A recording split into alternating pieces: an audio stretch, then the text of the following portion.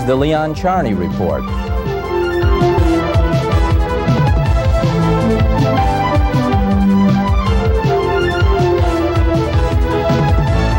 And now, here is your host, Leon Charney. Clyde Haberman, great writer, New York Times, used to be in the Middle East and other countries, now writes a column on New York City. By the way, how's New York doing, Clyde? New York's doing very well. Very well. People in real estate love Giuliani, I can tell you that. Real estate, I think a lot of other people, here we go, famous predictions that go wrong. But conventional wisdom strikes me as making sense, that he's going to be very, very hard to beat. It's not to say he can't be beaten, but, last week, two stories in tandem. One, he has $800 million more to play around with than he originally thought, and the surplus is huge. And crime was down by 28% yet another 28% over last year, which was already down before. How do you argue against that? Those are the two big issues. I'm not saying there aren't other issues that he's vulnerable on, including his own personality, but it's not going to be enough. There was a fellow in my office today who lives in Midwood, and he's an Orthodox Jew. Yeah. And he said, it's so wonderful to live in Midwood today. He says there are ads in the synagogues now to vote for Giuliani. Why? Already? He's got policemen on horseback, which they haven't seen in 20 years, and they're friendly, and the kids love them. Good. He says I thought Jews didn't like uniforms on horses. Reminds them of Cossacks. So far, this guy did well with them. Maybe it's an exception to the rule. What about this UN business with the traffickeering? You've been into that, on your... Yeah, I was. I'm not an advocate of illegal parking, mind you, but it's hard to escape the feeling that this is a no-brainer campaign issue. I'm not saying that people are going to vote for Giuliani because of this. That's silly, but it can't hurt. These figures are rather interesting. 2 years ago, 2 years ago, meaning 1994, comparing to 2 years later, 96. In 94, there were 68,000 tickets given to the diplomatic community in New York. And by 96, it had skyrocketed to 134,000, virtually double. What are you going to conclude? What are we to conclude from this? That the diplomats suddenly ran crazy looking for every fire hydrant they could to park next to? It doesn't make sense. Clearly, the police and City Hall, I guess, have decided they're going to be targeted. We're not going to put up with this anymore, whatever it is. I know diplomats who have told me, pretty ridiculous stories of picking up 6 tickets for the same offense, just sitting there, cops sort of using the tickets like wallpaper on a wall.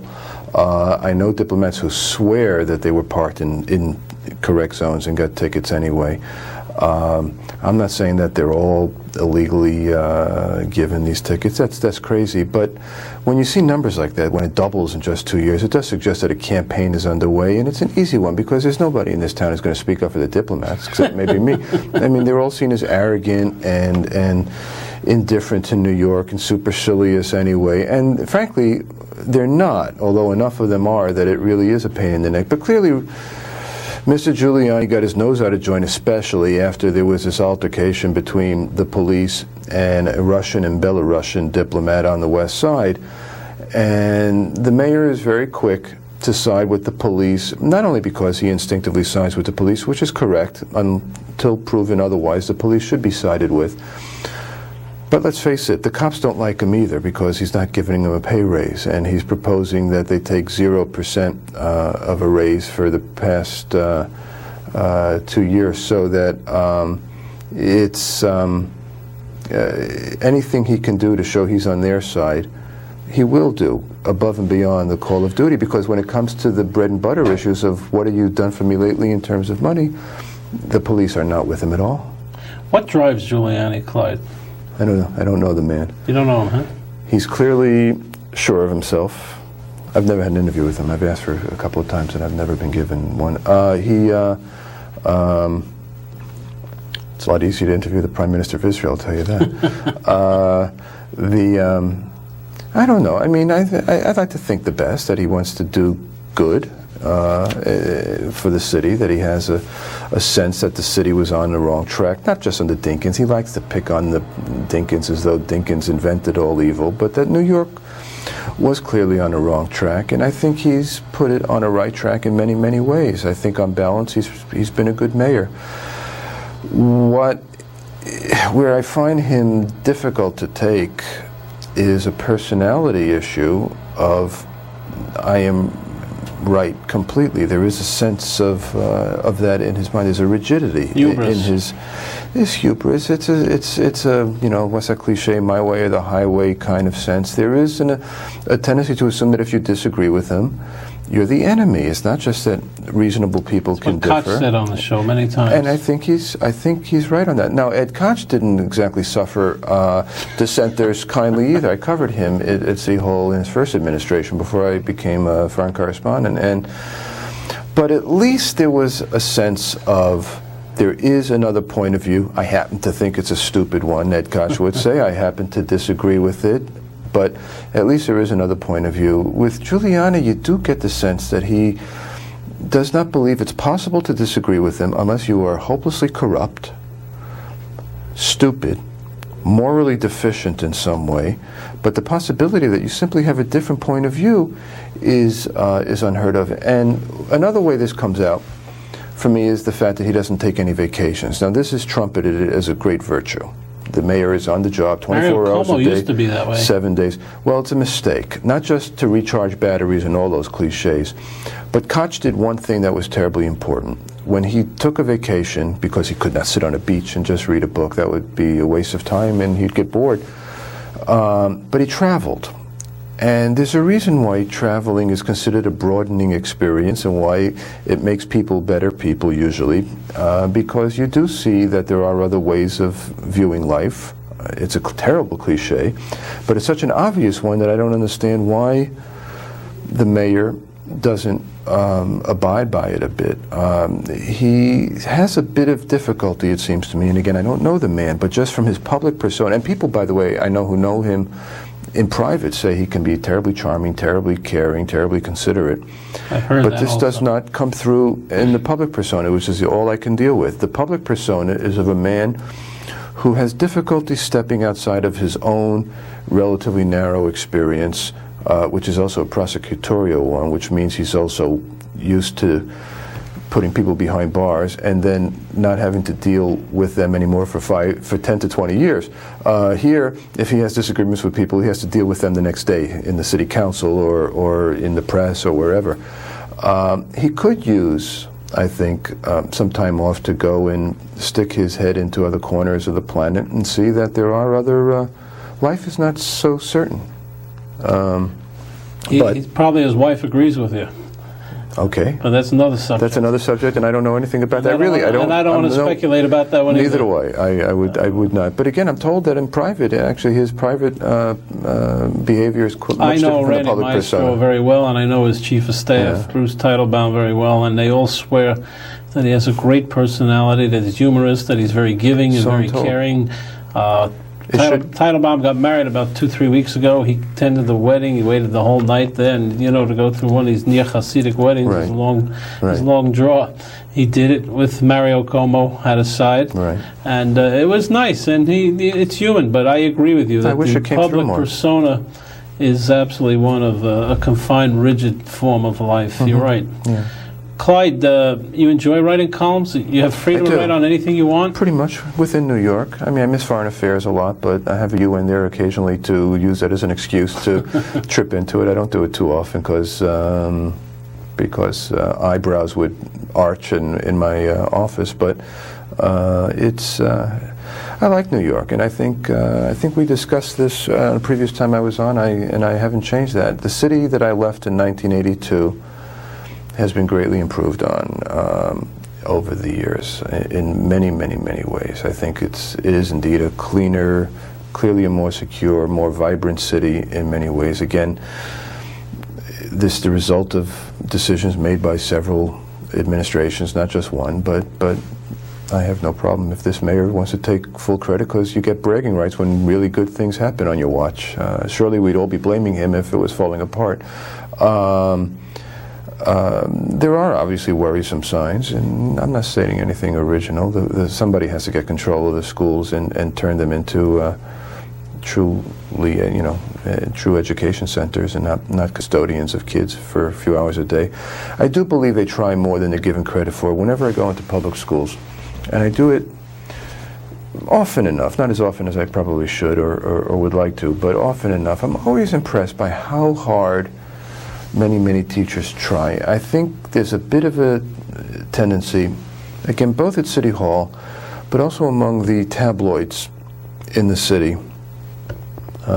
This is going to sound very self-serving because I don't work for a tabloid. I used to, the Post, but there's a tendency to speak kind of sneeringly of public services in the city and the people who use them, as though all people who go to CUNY colleges are idiots, as though all kids and teachers who are in the public school system are either slackers or just plain dummies. It's unfair. I'm not suggesting that these are paradises necessarily, but I've been in schools where it is quite clear people are trying and really working hard to succeed. Do they always? Clearly not. I'm not being Pollyannish about it. But I think we're sometimes too hard on some of the systems of public service than we ought to be. Another topic, the Middle East, Clyde. You served there for how long? 4 years in Jerusalem, but I was there a fair amount before that I was based in Rome, and Turkey was in my province, and during the Gulf War, and even before it, I would swing. It wound me up in. Turkey's under some changes right now, Turkey's tremendous changes. This would have been unthinkable as recently as 6 years ago. You mean that the government that it now has, the Muslim government that it now has. Now, it's really only the prime minister. I mean, he's a minority party, and Mrs. Chiller made a deal with him. 20%. Right. But 20% is not inconsiderable, and the fact that remains that in the very balkanized world of Turkish politics, it was enough for him to be the only person to get the call to form a viable government. How strong is the army? Quite strong, and it could step in. I don't think it wants to. As I'm understanding it, I mean, it would really. I think most Turks feel that was behind them. They haven't had the army step in since the early '80s, and before that, it was in the early '70s. And I think they'd like to think that is behind them. That they are indeed a Western-style democracy, although they're really not Western fully, and I don't think they'll ever get into the European Union. It's a great hope of many Turks. Why is that? Why don't? For a lot of reasons. The ones that will be cited the most officially will be human rights record in Turkey, and the fact that it is still quite poor, even compared to some of the poorer European countries. But bottom line, Europeans are not going to want a 70 million plus Muslim country in their midst. It's as simple as that.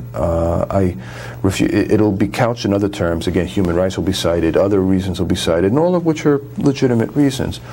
But bottom line, Christian Europe is already nervous by the vast Muslim presence in its midst, in Paris, in London. Have you ever met Mrs. Chiller? No. She actually was not a significant figure, or even any figure, in the years I covered it. I saw her briefly. She visited Israel when I was based in Jerusalem, and she came. She's certainly very impressive. Any Westerner would be impressed by her and feel comforted in a world made nervous by Islamic fundamentalism, by her Western outlook and manner. But she seems to have some corruption problems. A stigma attached to her right now. Well, I mean, I don't know the truth or untruth of the allegations, but they're pretty serious allegations. And a lot of Turks are very angry at her, feeling that she's propping up this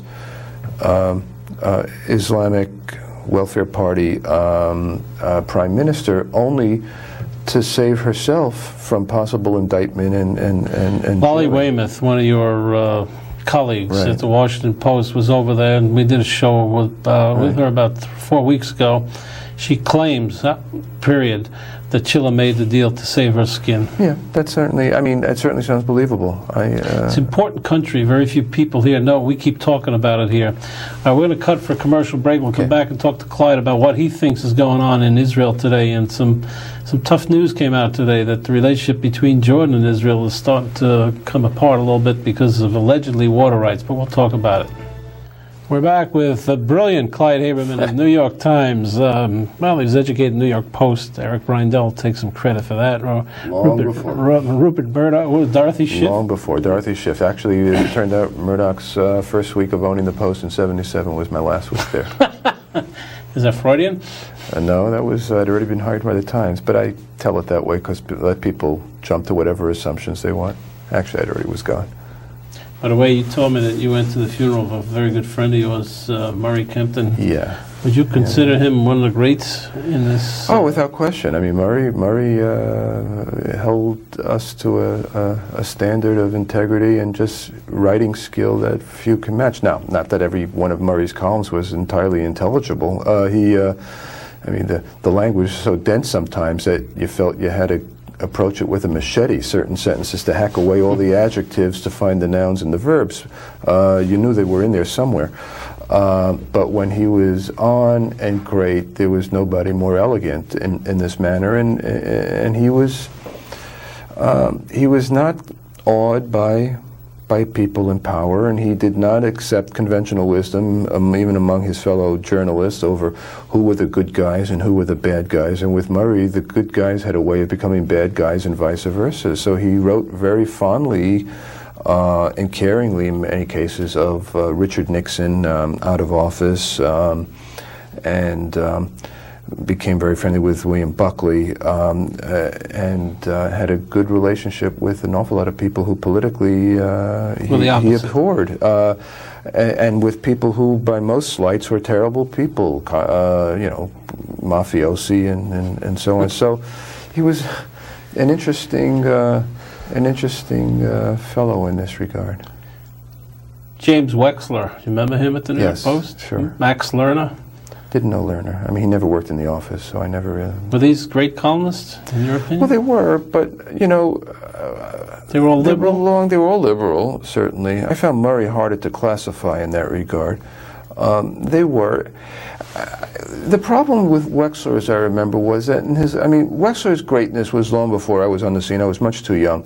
Was in resisting this McCarthyist tide, which a lot of people, including a lot of modern era conservatives, either forget or try to wave aside as to what a corrosive effect that had on American life and American politics and American freedoms, even, at least the freedom to feel you could speak your mind.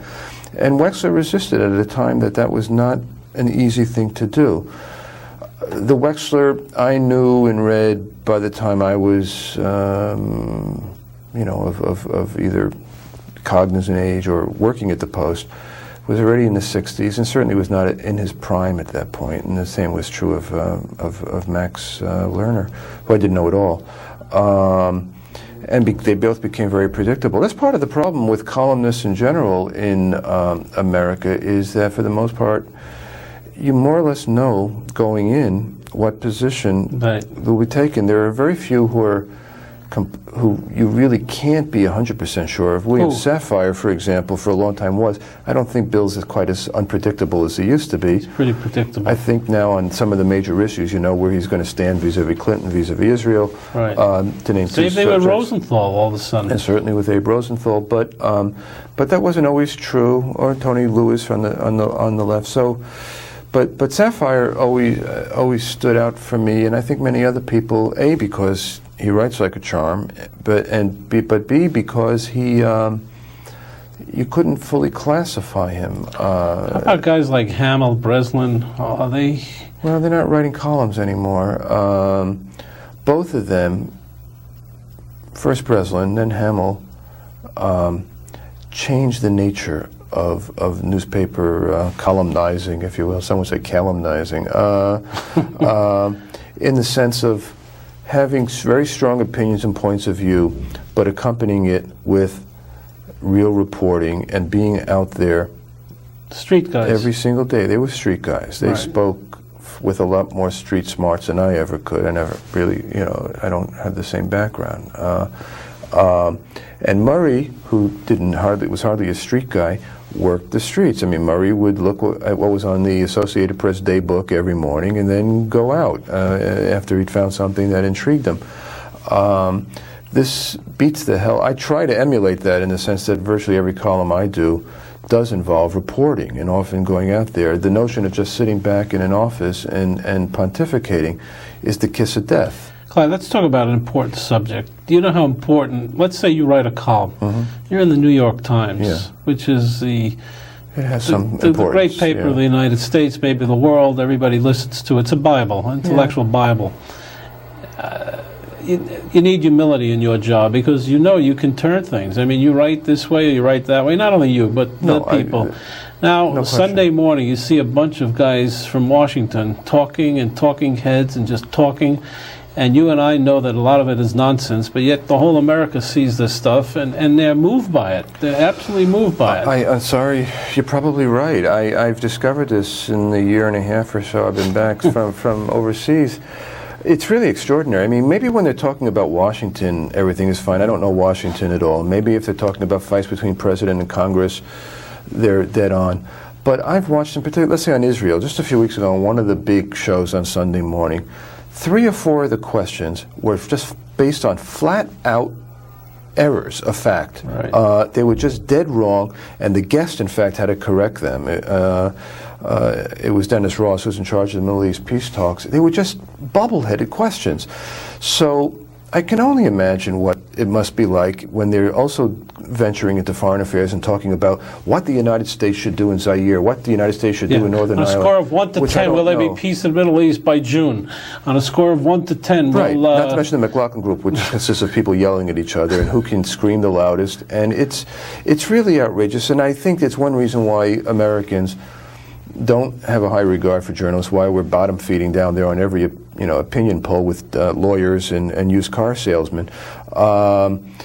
I'm not saying we didn't earn it, including print journalists, on our own long before there were these talk shows in the McLaughlin group. Look at Joe Klein. A guy who writes a book. Yeah. Did he go anyplace? No, he went upstairs and he got another job. And he said, but nobody said anything about his work as a columnist as being we're talking about the character of the person. This guy influences a lot of people. Yeah, I would dismiss that more as an error of I mean, there was definitely a character flaw in there. I'm not saying no. I had a bigger problem with Newsweek, by the way, which he was working for at the time, whose editor knew that he was anonymous, and not only kept it hidden, which is fine, a deal's a deal, but allowed several items to appear in the paper speculating on who it may be, none of which included Joe Klein. Now, that was perpetrating a fraud. So my problem, frankly, was more with Newsweek than it was with Klein for wanting to keep this gig going. You're right. So. All right, let's cross the terrain and go. We're going back. Did you ever meet Bibi Netanyahu? Oh, sure. What do you think? But not since he's been prime minister. Did his character change? Character doesn't change. What, in your opinion, and I know you haven't been there, it's only what you read in the great New York Times and maybe a some few other papers. places. Yeah. What is your sense of where Israel's going today? I don't think it's going on the right road. I don't think that's going to come as a great shock to many of your viewers who've read me. I think he's made some some tactical mistakes, and part of the problem is I don't think he has a grand strategy. I don't think he knows where he's headed. And this is obviously a great failing. So Bibi's failing on the part of many within his own party. This is not, a Haberman original point of view by any means, is that he thinks tactically and not strategically, and that he goes from point to point, from issue to issue, crisis to crisis, trying to figure out how he can emerge looking best from it, and that it's a short-term way of thinking instead of a broader long-range goal. Whether you agree with Shimon Peres's long-range goals or not, he had them. And I don't think Netanyahu does, and this is a severe problem. And the result is he's not terribly popular with any reasonable constituency. The peaceniks are not going to like him because he's still a Kudnik and the Kudniks don't like him because he betrayed them. Because he betrayed them. The settlers don't like him because he talks about expanding settlements but doesn't allow it to happen. I just saw a picture yesterday of the police yanking people out of mobile homes set up. This sort of the usual first step in Israel for a new settlement, a mobile or an expanded settlement, mobile homes, caravans they're called there. And so who likes him? The religious like him from a political point of view. Which brings us to a very interesting point. Were you there, Clyde, when they passed the law of direct election? Were you out of the country? Yes. No, I covered that. And what did you think at that time? I didn't think. I didn't realize how bad a deal it could be. I thought at first that it was okay only from the sense of they needed some shake-up, that the existing system was very, very bad. The real reform that Israel needs is to raise the threshold of entry into parliament to some reasonable Europe style, 4%, 5%, whatever, instead of the 1.5% it is now. And shake out the parties and have not a two-party system, but maybe a reasonable 3 or 4 party system. That didn't happen. Where I was wrong and where I began to realize, though, through other people showing me the errors in my way, even while I was there, why this was no good was that the direct election of the prime minister, who then doesn't appoint his own cabinet independently, who then needs Knesset approval, so therefore he still has to go through all the coalition rigmarole that any of his predecessors did, that the small parties, usually the religious parties, but not exclusively, had a veto power over the system twice. Now it's Charney First, first before the election for their endorsement for the direct election of the prime minister, then afterwards for the formation of his cabinet. What none of us, I think, foresaw, very few of us, I'm sure there must be some wise people out there who saw it, I certainly didn't, was that it would allow Israelis to split their vote. They could vote their the way they feel on the overriding issue of peace and security, basically meaning liberally could, and then vote their self-interest. A lot of people did that, and I'll tell you the way they voted. It'll surprise you. A lot of them voted for Shimon Peres and the Mafdal, the religious party, or vice versa. But usually vice versa, and voted for Bibi, and then voted for Sharansky's party on elections, or voted for Shas or Kahalani, or for whatever reason. So you could get both. And that's what I'm saying, what's wrong with the system, not because it elected Netanyahu. That's, I think it's pretty clear that, maybe it's not so clear, but Peres could very well be the prime minister now under the old system. But 100%. It was told to me by very senior people. But it's more than likely. But I'm not saying it's bad because it elected Bibi Netanyahu. No, an election's an election, and fair is fair. But it's unhealthy to the way it's worked out, that people now, it's a hybrid system that is neither parliamentary and neither presidential. Netanyahu's mistake, one of them, is to think that also, another reason he has a popularity problem is that he went in thinking he's going to be an American-style president. And he's going to have his own National Security Council and his own appointees, all of whom are foreigners, by the way, American-born to a large degree. And while good people, perhaps, and knowledgeable, do seem to not fully understand certain Israeli ways, even though they've been there for decades. But it's very strange. But he thought he could impose a cabinet on Parliament, and he can't. He is a prime minister, not a president, which means that he is a minister like everybody else, first among equals. The problem, and you're right, you're on target, and the real problem there is that unless 61 members of Knesset say we don't like you and we're willing to run again for an election, these people are going to sit with him. And the concept was that no one wanted to go for re-election. Guy Jacoby was on this show as a former ambassador, and he wrote part of that law, and he says, no one's going to want to run again. Well, it's true. Or it takes 80 to impeach him, which is highly unlikely. It's almost impossible. So your country is stagnated, your economy is down. Passover, which is, torrentially full with tourists, was 65% of tourists. Was it? I didn't realize it was terrible.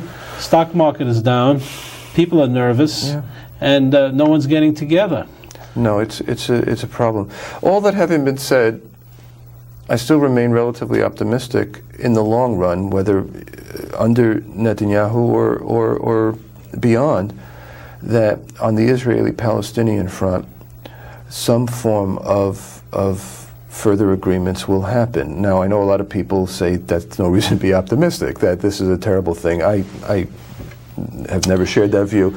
I feel that the logic that created the Oslo agreements of 1993, and that I think was a great step forward, basically because these two peoples finally said we have to live together, we have to recognize each other's validity, and begin to figure out how we divide this table, this country is about the size of this table, in some sensible way. Obviously it was going to be difficult. Obviously it was going to have a lot of serious bumps on the road, not the least of which these horrific and totally unacceptable bus bombings. But there was the logic that brought us to that famous handshake on the White House lawn, to me still holds. I don't see a difference. I'm going to shock you with a fact today, and it's probably going to stun you.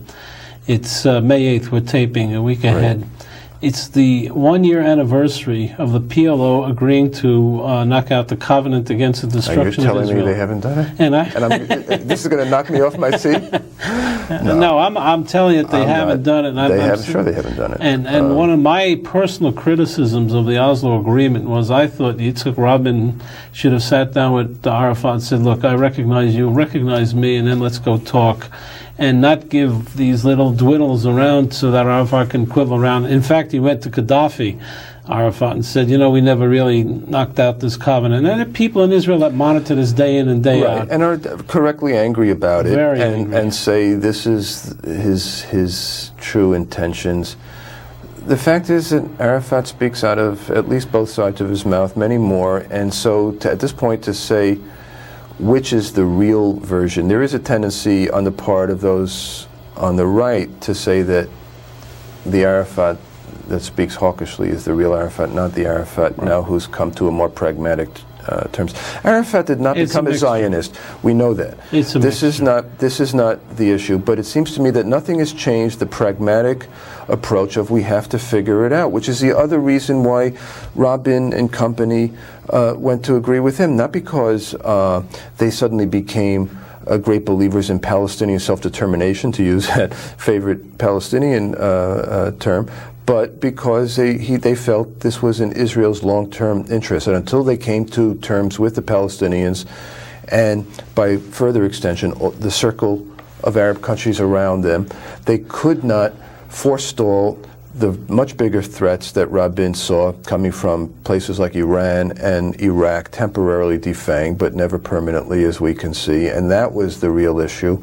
to deal with, but you couldn't do it. Couldn't contain them unless you came to terms with your neighbors, and that first and foremost includes the Palestinians. All right, we can accept that there are real problems with the Palestinians, but the Jordanians were in very good shape with Israel for the last year. Today there's another strain with the Jordanians. The Crown Prince of Jordan was supposed to come to a memorial service, and he didn't come. This was for the girls who were killed. Now, you said something during our time out, which was very poignant about what King Hussein did, which was really well accepted in Israel. It was an extraordinary visiting gesture. the families, and you said it's somewhat like the Japanese do when they make a mistake. And this king really came forward, and it was something very strong to the people of Israel. And you know how tenuous those feelings are in Israel and how emotional they are. No, the Israelis are. And the Jordanians, for the king to do a lot of these things is very courageous. And I know Israelis understand that. I think a lot of Americans don't quite understand it. To be honest, I didn't either. As one who was reasonably hawkish, in fact quite hawkish personally during the Gulf War, I was bothered by the king's obviously pro-Saddam leanings, and aligned with Saddam, basically. He went with, he wasn't going to anger this big guy next to him. And I held that feelings until I went to Jordan, which was during the war, and suddenly realized I had a lot more sympathy. Another reason why you travel. Again, going back to the Giuliani thing, you understand other people's points of view. You have to climb in their shoes once in a while. This guy has, to use an Arabic word, serious sorrows, with a population that's well over half Palestinian. He cannot and whose population supported Saddam enthusiastically, the king has a very shaky hold. Absolutely. And so 70% is Palestinian. The king needs great understanding and hand-holding by everybody. And I feel that, and what I'm saying is his peace agreement with Israel was really between him and the Israelis. It has not seeped down very deeply, if at all, into the Jordanian population as a whole. You don't know how right you are, because when that agreement took place, I took my camera, my people with a camera. I went downtown in Jordan. In Amman. Yeah. And I did street interviews, as you would say, and the people were upset. They were very upset. So the courage that he has shown on several occasions, not the least of which is the peace treaty of '94, and then gestures like this, probably deserve grand gestures on Israel's part too. It would have been a perfect time for Netanyahu, for example, to suspend in some way the Har Homa construction as a grand, not for Arafat, not for it's a gesture to the Arab world. As a grand gesture to the Arab world through the king, who is going to experience great discomfort, to put it mildly, through this. Now, I recognize that Netanyahu had his own political problems. He has his right-wing constituency to deal with, plus his own feelings. You know, we always put these in terms of raw politics. Oh, I have a constituency to pacify. He has his own. All right, we got 30 seconds, Clyde.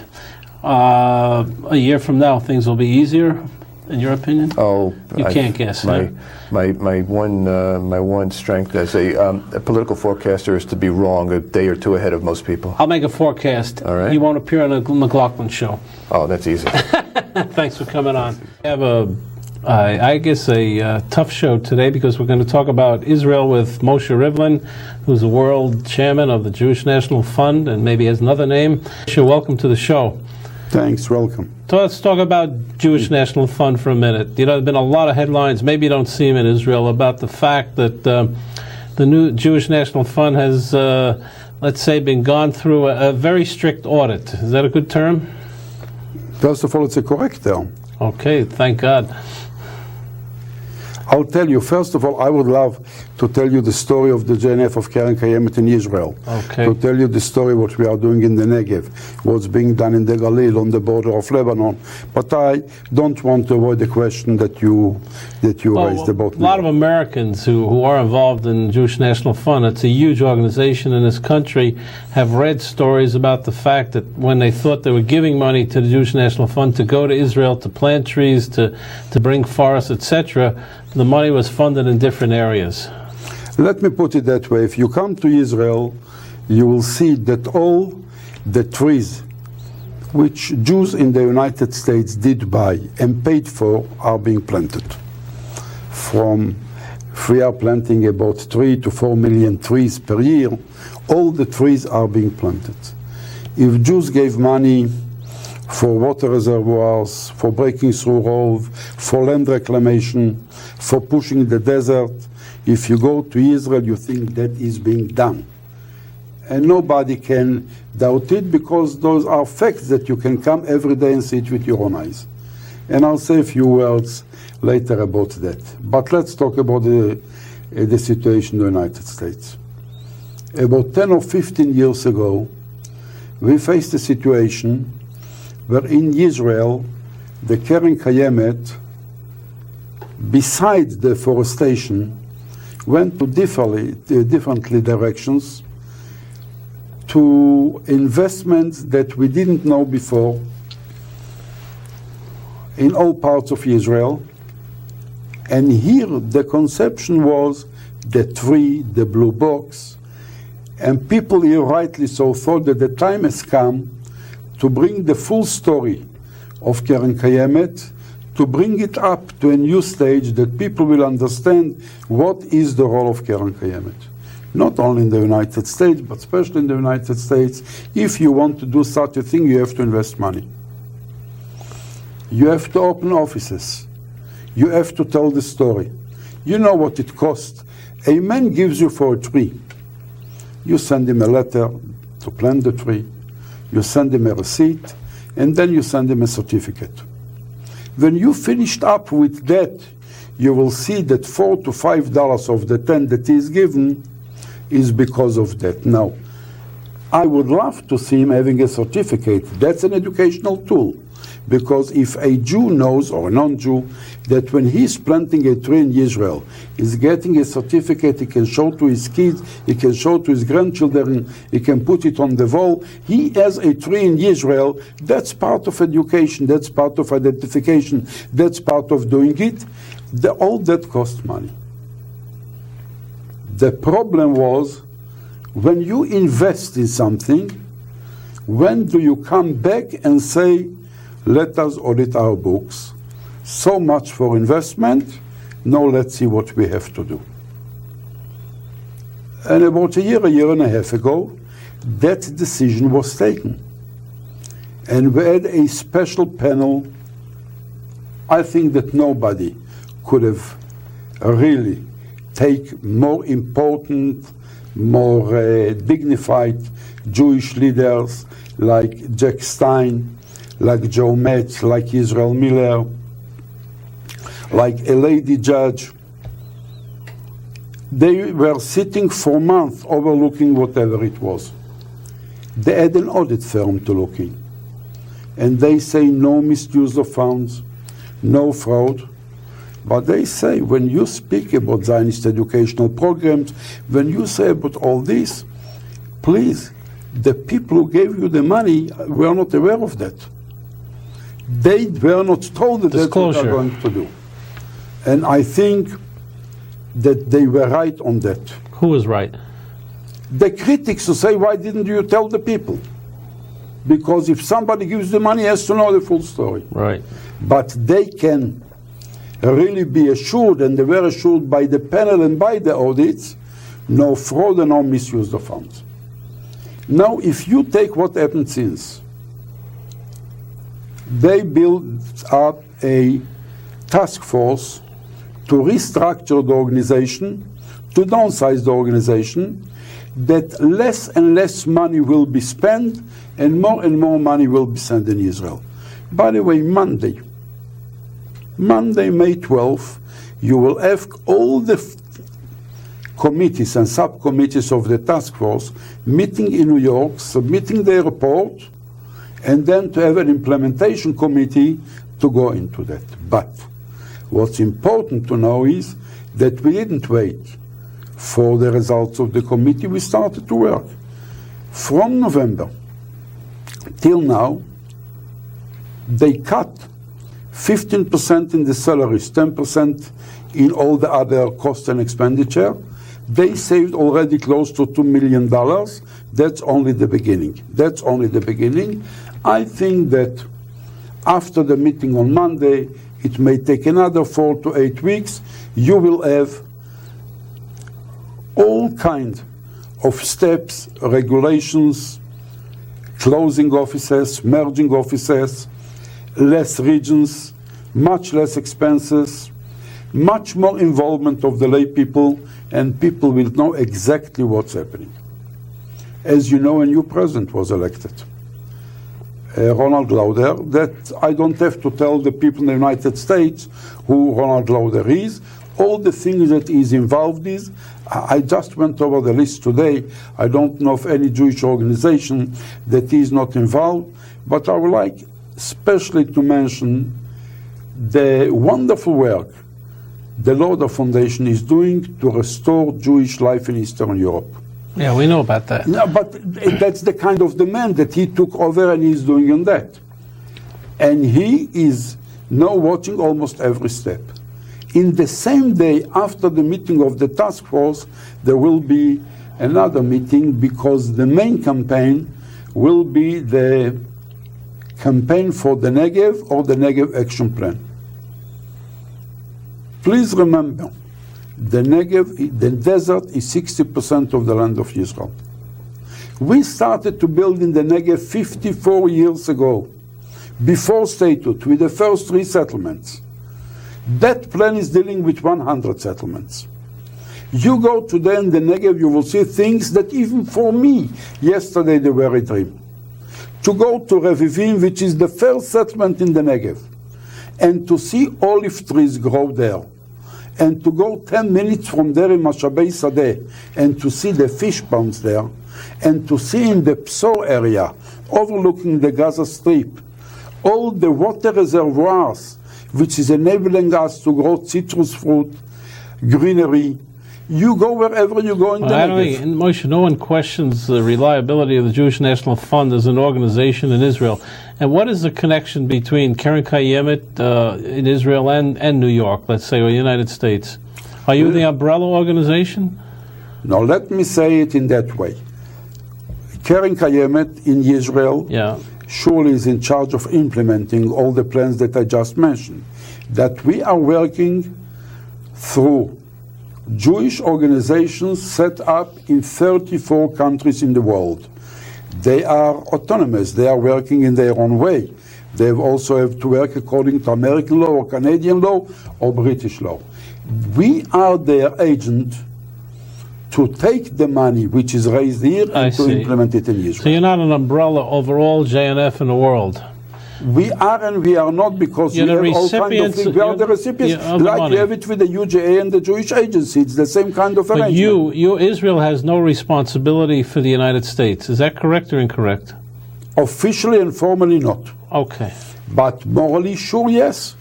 Officially and formally not. But if I have to work with the money that I'm receiving from the United States, sure enough, I would like to see more and more and more money sent to the United States. I would like to tell you, very interesting, in November at the conference after the audits political, a plan was put on the table to make sure that 50% of the money will go to the United States. In the report that you will hear on Monday, they are speaking already about 70 to 80%. 70 to 80% All right, let me ask you of a the money question. raised. Were you personally upset by what happened here?